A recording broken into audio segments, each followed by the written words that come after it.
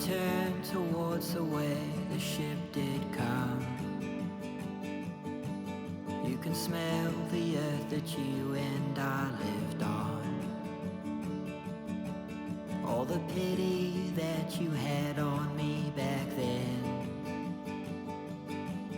All the Sunday afternoons with all your friends.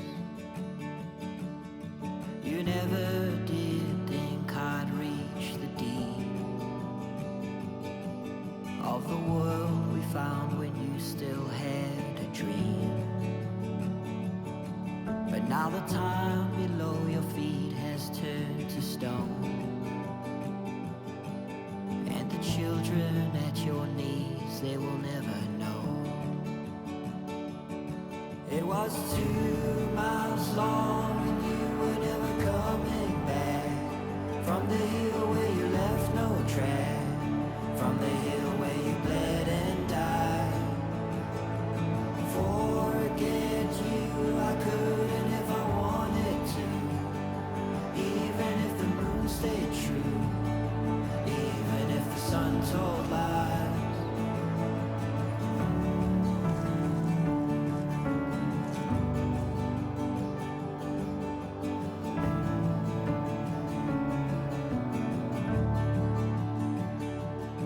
And on the edge of all the trouble we did find, there was a life that you and I, now we cannot hide. But if you like the way the road is bending on,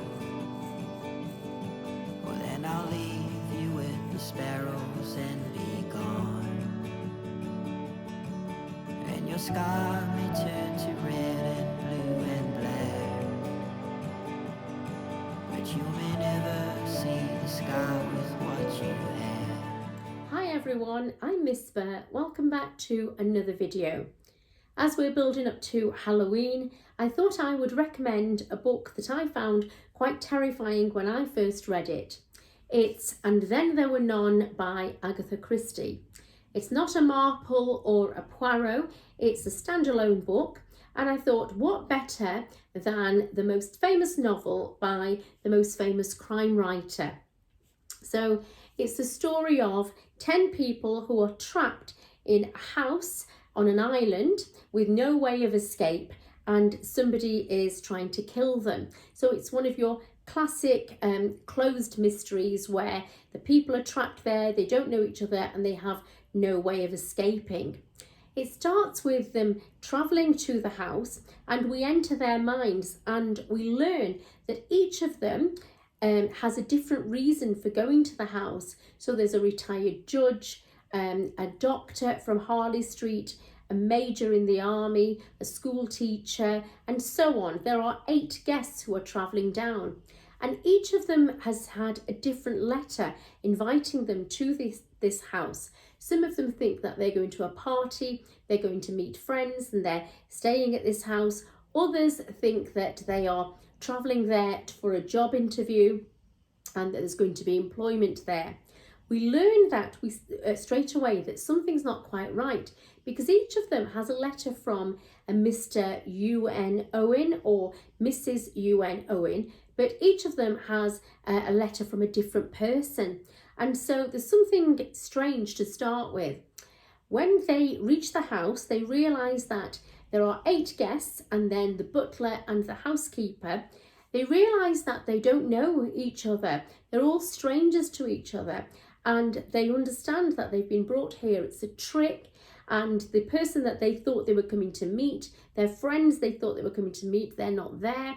And so somebody has tricked them into coming to this house. The house is this large modern house on an island that's off the coast of Devon. And they travel there by boat. The boat then goes back to the mainland, and they're trapped at this house. They have dinner the first night. Then a voice booms out that each of them in their past has committed a crime which has caused the death of somebody. So each of them is accused of murder, and they've been brought to this house to be punished.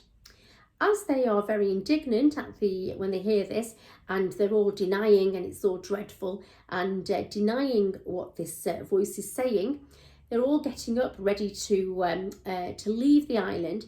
One of the guests chokes and then drops down and is dead. So they realise they can't leave that night. They're waiting for the boat, and they're all determined to get off the island as soon as possible. The next day, the boat doesn't arrive, and then another guest is dead. And so the terror builds up. We have these people who are trapped together, they don't know each other, and they have this mistrust, this mistrust of each other. We enter into their minds. Some of them are defiant. They go back over past events that caused the death of somebody, and some of them are quite defiant, and others feel guilt and feel remorse. And so we have these different attitudes. They feel that either there's somebody hiding on the island who's trying to kill them, or else one of the other guests is actually planning to kill them. And so this terror builds up. And it also had a very claustrophobic feel, because they're wandering round and round the island, looking all the time, searching in the caves to see if there's somebody hiding there who's out to get them. And because they can't leave, and they're always trapped together in this house, it has this claustrophobic feel, as if you're in a nightmare. So one by one the guests die, and at the end Agatha Christie reveals the truth and reveals what's actually happened. And I think it's a very good twist.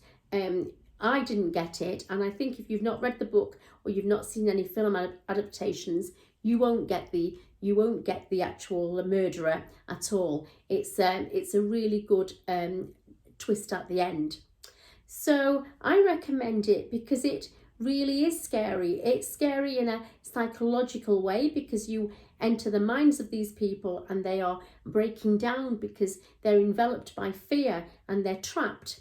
And so it's a psychological thriller, but at the same time it's also a classic whodunit, where there is clearly someone out there plotting and planning these murders, and this person is a psychopath. And so we have this classic murder mystery as well. I found it very suspenseful and a really good book to read at this time of year. So it's And Then There Were None by Agatha Christie. So next I'm going to share a recipe. I was going to do some Halloween inspired recipe, but I've decided to do this other simple recipe because it uses autumnal fruits and it's one of my favourite recipes. So I'll share that with you next. Sweet baked figs make such a delicious autumn recipe. You will need 2 to 3 figs per person. Slice and place into a shallow dish. Then use the zest and the juice of an orange. This recipe makes a great starter or even a dessert. To the zest and juice, add 2 tablespoons of clear honey. Mix well.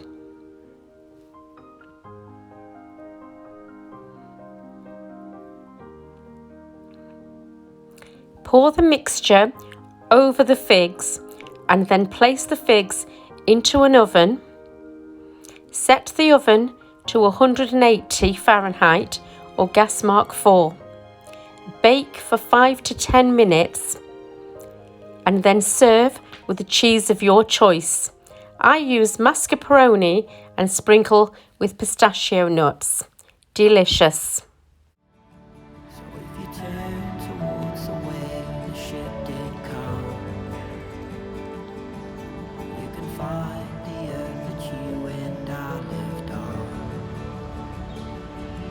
It was 2 miles long and you were never coming back. From the hill where you left no track. From the hill